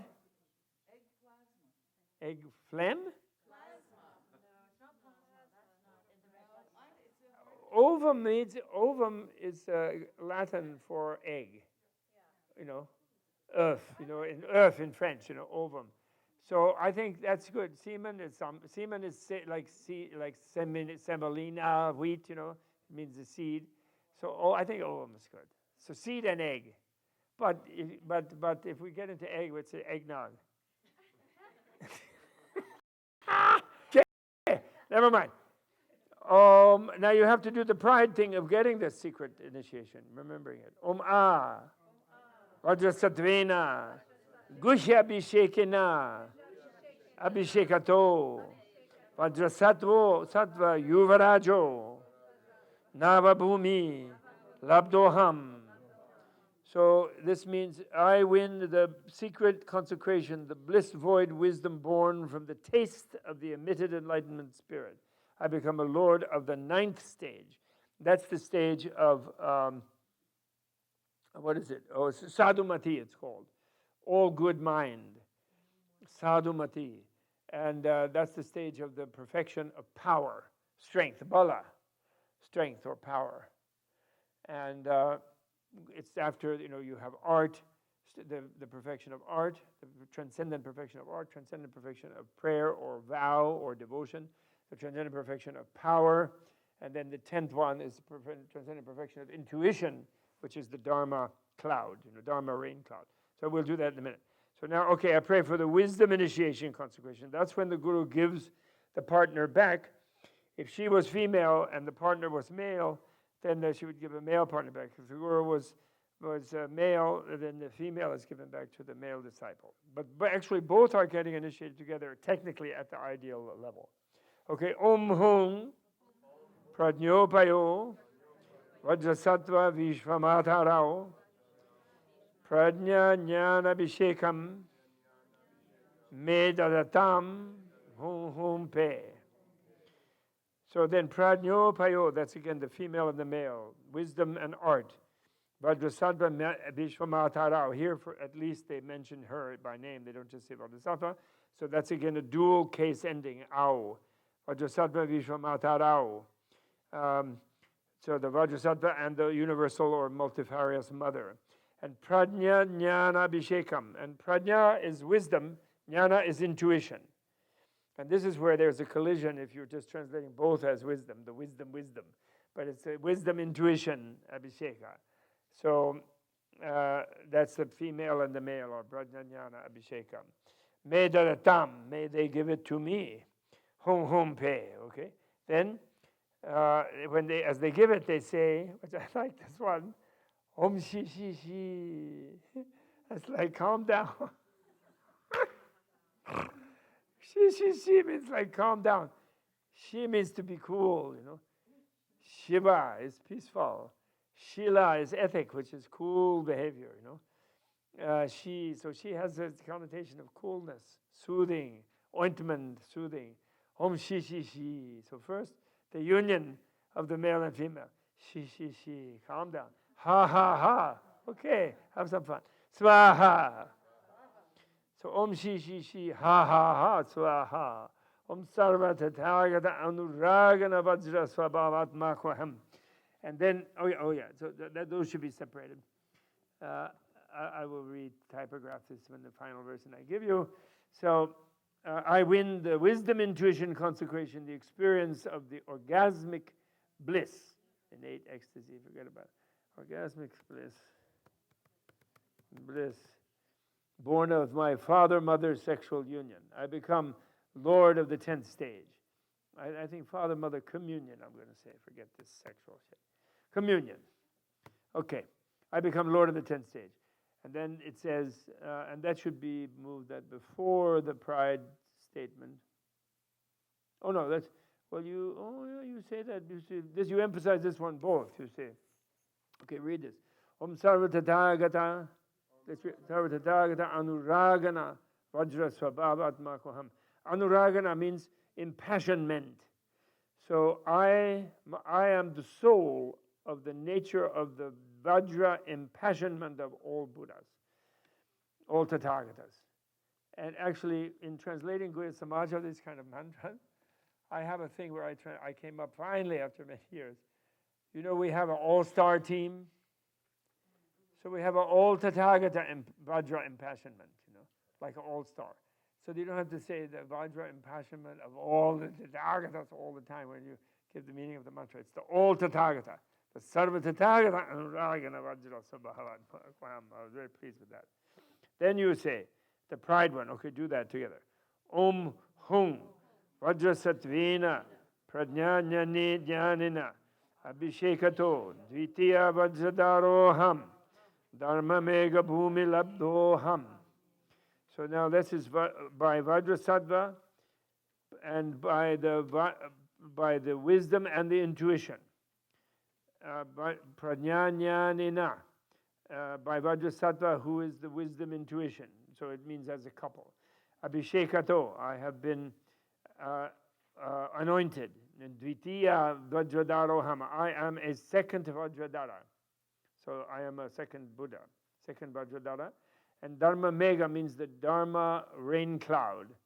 So Dharma Mega Bhumi, I attained the stage of Dharma Mega. I have attained. Labdoham. Okay, read it again now. Om Hum Vajrasatvena Prajna Jnanina Abhishekato Dvitiya Vajradaroham Dharma Mega Bhumi Labdoham. Okay. Now again we have to go back and we have to ask for the highest of the highest. Om Ho Prajnopayatmakam Vajrasattva Mahamudra Jnanabhishekam Me Prayacha Om Ahum Ho Pe. The grand in wisdom, intuition, consecration is conferred, and I become a lord of the 11th stage. And then the 4th consecration is granted by this word. So in a way, this highest of high is kind of the word initiation, but it's connected to another set of 4, all packed in there. But and when you're repeating it this way, and it isn't the actual thing, you just do it as one thing. Okay. So the whole prajnopayatmakam, that's that same, having the soul, being the soul of, or having the nature of prajna and art, wisdom and art. Vajrasattva and the great seal. Mahamudra means the great seal. Jnana the intuition of the great seal anointment is given to, do give it to me. Prayacha here is not optative, it's like request. Please give it. It's a second person request. Prayacha me prayacha, om ahum ho pe. And om ahum ho is again mentioning the seed syllables of the 4 chakras, of body, speech, mind, and intuition. Right? So then I become Lord of the 11th stage, and the 4th consecration is granted by this word. This is the wisdom body of the communion. I don't use the word integration anymore. Communion. The communion of the Spirit, supremely unchanging great bliss, and the universally supreme void form body. I win this consecration and become a Lord of the 12th stage. Om Ho Dharma Dato Akshara Chaturta Abhishekena Abhishekato Vajrasatvena Atmanam Ham Dvitiyo Dvadasha Bhumi Labdo Vajrasattva Ma Artha Paramakshara Trailokya Vijaya Kālachakra Bhagavan Ivamkara. There's a lot packed in that one. So Om Ho Dharma Datta Akshara. So the indestructible reality realm, 4th anointment, I am anointed by. And Vajrasatvena, and by Vajrasattva, I myself become the soul of, with reference to Vajrasattva. And I become a second one, Aham Dvitiyo. And then Dvadasha Bhumi Labdo, I attain the 12th stage. And Vajrasattva, there's something a little wrong with this mantra. Mah. Artha, I have to double check this one. Artha, I will check it. Anyway, Vajrasattva Artaha. In deep meaning, Parama Artha, I think. Parama Akshara. I think it should be Parama Artha. But I have to double check it.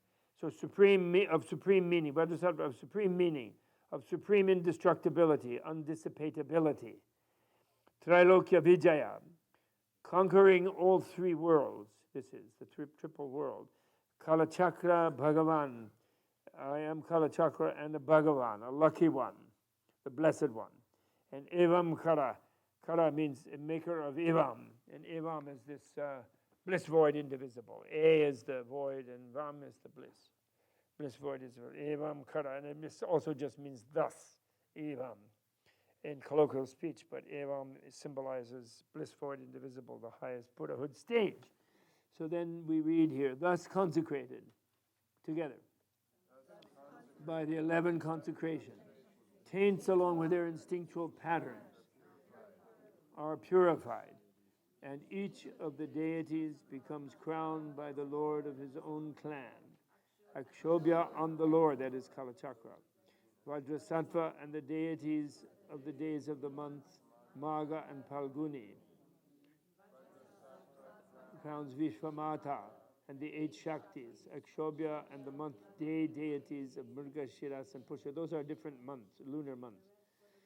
And in other words, it's saying where the multiple bodies of these Akshobhyas and Vajrasattvas are sitting right on the front part, where you had the Brahma thing when you were newborn, you had a little hole there, sitting on that place, where the nectar and the bliss that you feel from the initiation, it swirls up inside you and then forms a living body of one of those Buddhas.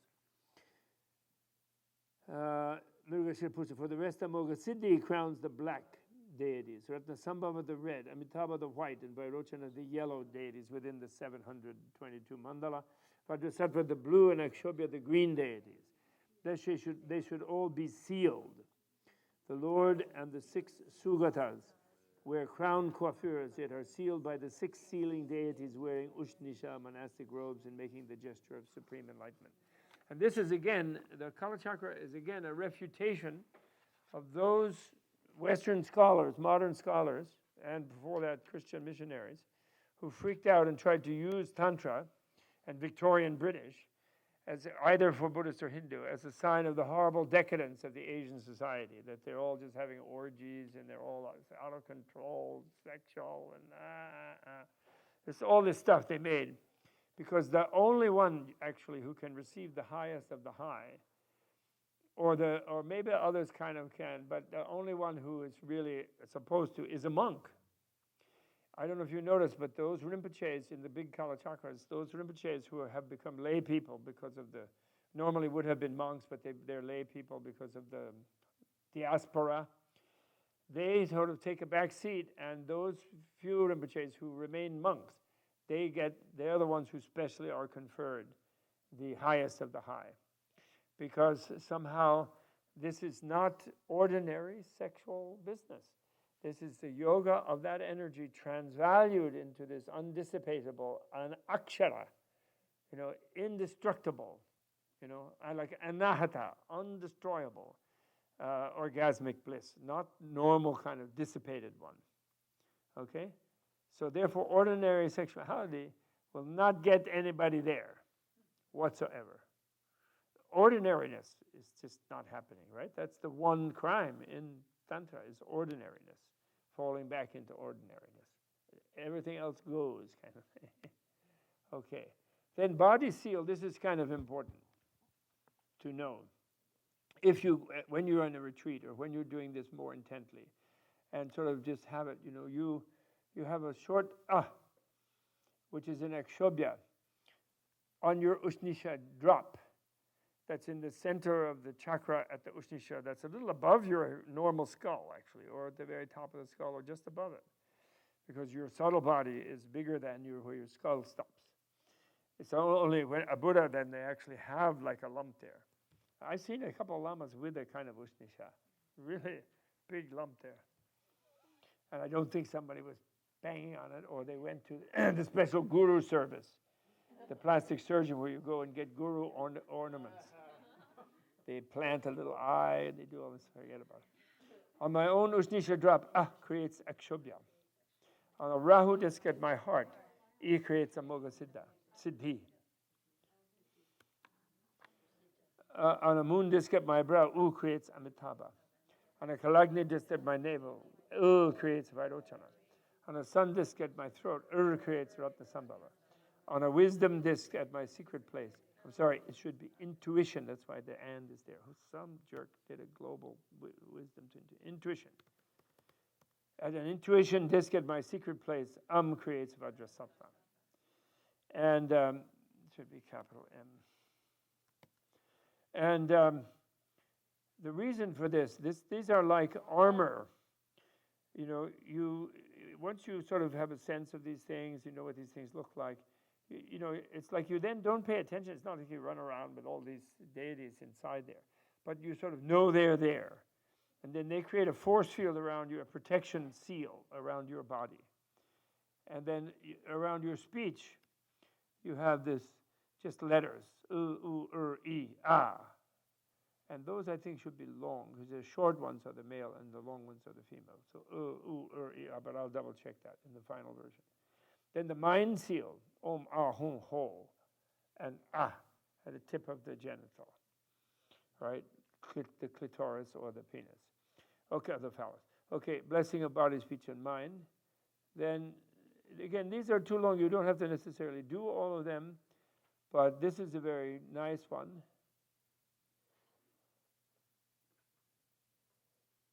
Where you bless your 3, 4 things. And this is all Unexcelled Yoga Tantras have this. But I think I'm going to skip that now. I'm not going to do that.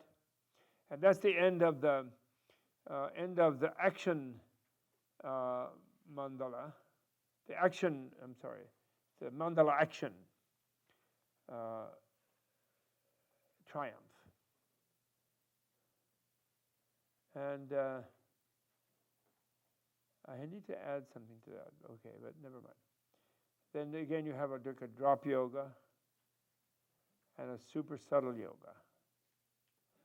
And the subtle yoga is where you go through melting inside your chakras. And this is when you can practice. This is advanced level of generation states. You don't need this in your daily thing. But this is where you can melt the hormonal, what is it called? Serotonin.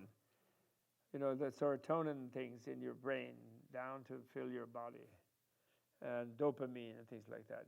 Practices where you feel orgasm in the brain, in the throat, in the heart, in the navel, in the genital, and then back from the genital to the navel, navel to the heart, heart to the throat, throat to the brain. There's this downward and upward, two kinds. And you can do that in the creation stage, but not to the depth that it happens in the perfection stage. But still, at the subtle yoga of the creation stage or generation stage is where you're getting very close to being able to enter the perfection stage. And that's why it's here. I guess I'm in the shortened one, but I may cut some of this out when they really find it. Now, but I was getting to right. So leaving all of that, then we come to mantra recitation. And since there's a long break this afternoon, those who want to be gung-ho, you can try to do 10,000 Oma Hum Ho Hang Shamalawara Ya Hum Pe. Get out your mala. And, that's what the little counters are on the mala, but you all know that, right? What? Can I suggest Yeah, what would you like to suggest?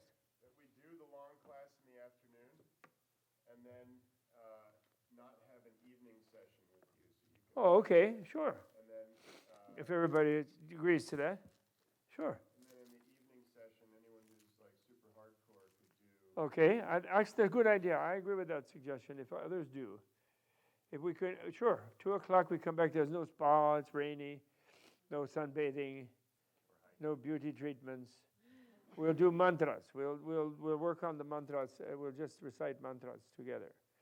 And we'll try to run, I will, during the thing, I'll try to pick out a short version leading to then doing the mantras. So we've been sort of filling in. See, what I'm trying to do is give you more things, and then you fill in. Then when you do a really short thing, you say this, then you think, other part will sort of be there. You'll sort of feel that it's there. That's the idea. So then you can do a short sadhana and feel the presence of the larger sphere, the mandalic wave or whatever it is. Okay? So let's break for lunch then. Before we break, So we'll reconvene at 2. can you very quickly, succinctly give the difference between the creation and the perfection stage? Because Yeah, well, sure. in the initiation book. The creation stage is, the generation or creation stage is where you use concepts and imagination in the goal vehicle setting to imagine what is actually really there, which is the Kālachakra mandala, enfolding the universe. But you don't know it because the visceral level, the subconscious level of misknowledge, is preventing you from knowing what is real relativity. When you know infinite relativity, you know what is infinitely fabulous within that relativity, as well as the horror of the relativity. And luckily, the fabulous overwhelms the horror. Because the mandala palace in the universe of Kālachakra is not a Buddha land, visualized separate from the samsara land. Like, for example, in Pure Land Buddhism for the masses, which was probably the most popular form of Buddhism in ancient India, for the farmers and peasants, etc., definitely was in China, still is, and in Korea, and in Japan, and in Vietnam, wherever Mahayana was. Pure Land Buddhism is incredibly popular because, the simple farmer, the illiterate person, the mass of the people were farmers and illiterate, and they could imagine heaven. It was a sort of transvaluation of the imagination of a heaven that they could get to after their life of labor.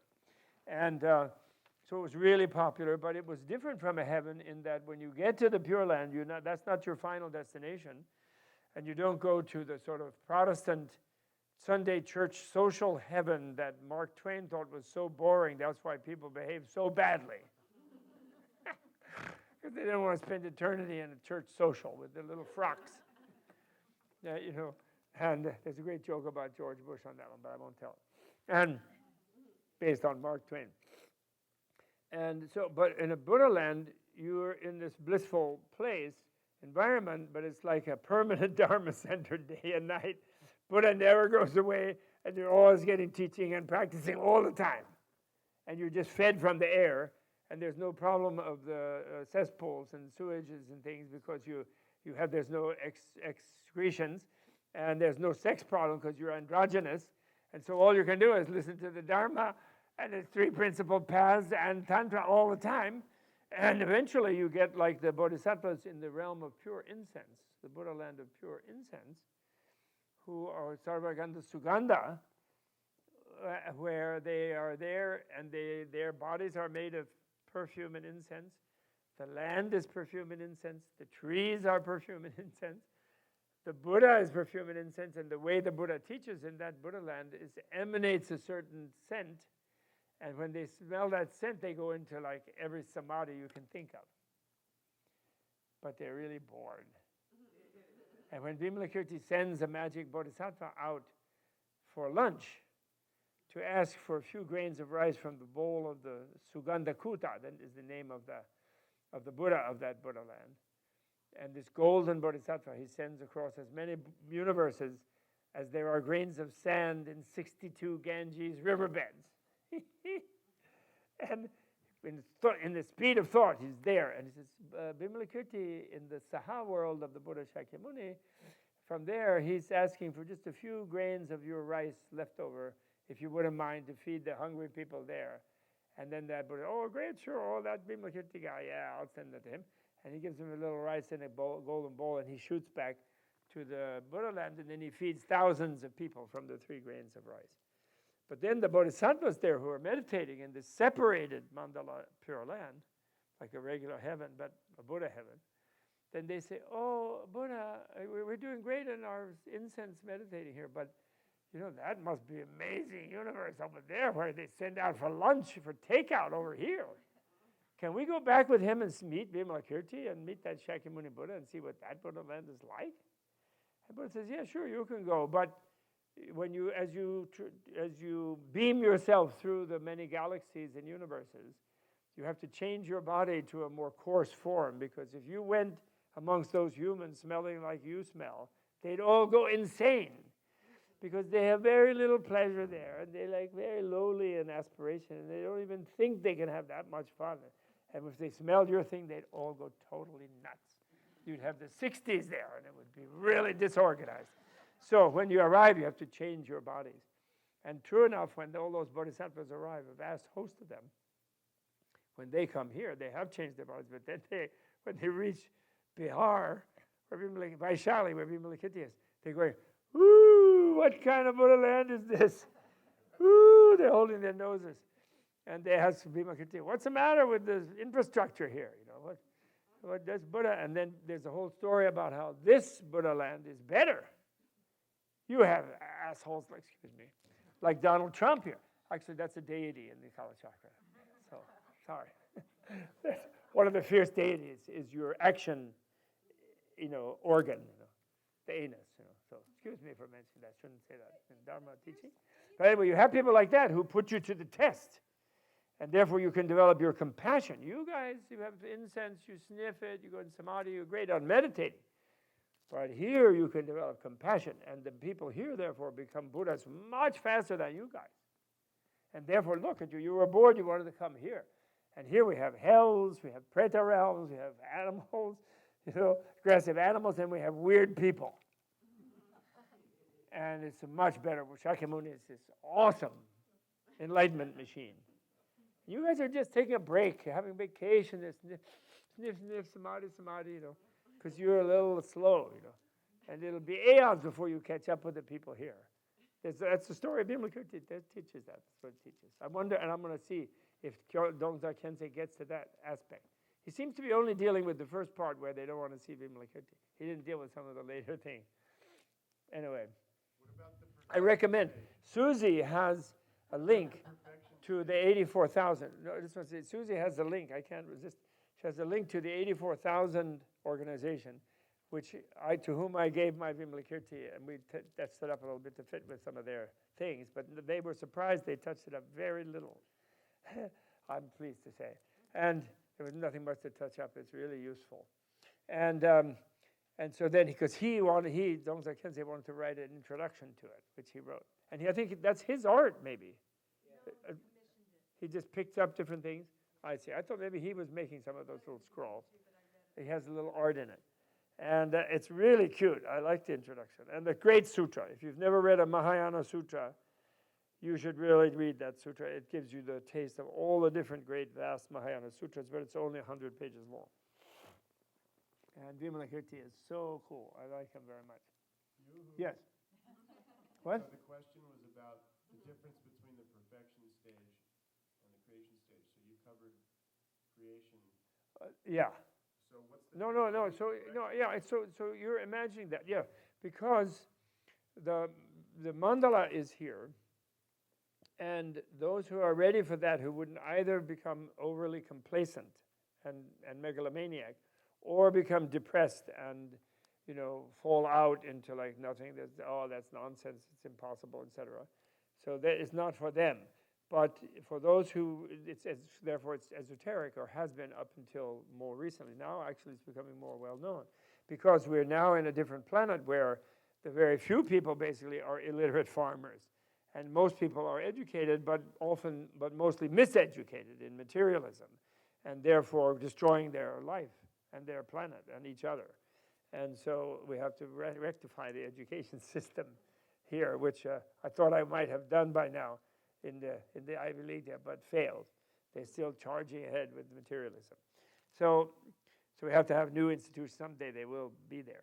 So anyway, so creation stage is creating the vessel for and the simplest thing is this: if you can't make a body that will navigate any environment that might come up in any dream you have, if when you're in the dream, you're just a present, a sort of awareness presence, and you cannot, and you see a very dangerous, difficult, frightening place in the dream, and you cannot form yourself into a shape and a body that can exist in that space easily and be comfortable in it, no matter how awful it seems, even if it's pure fire, even if it's pure compression.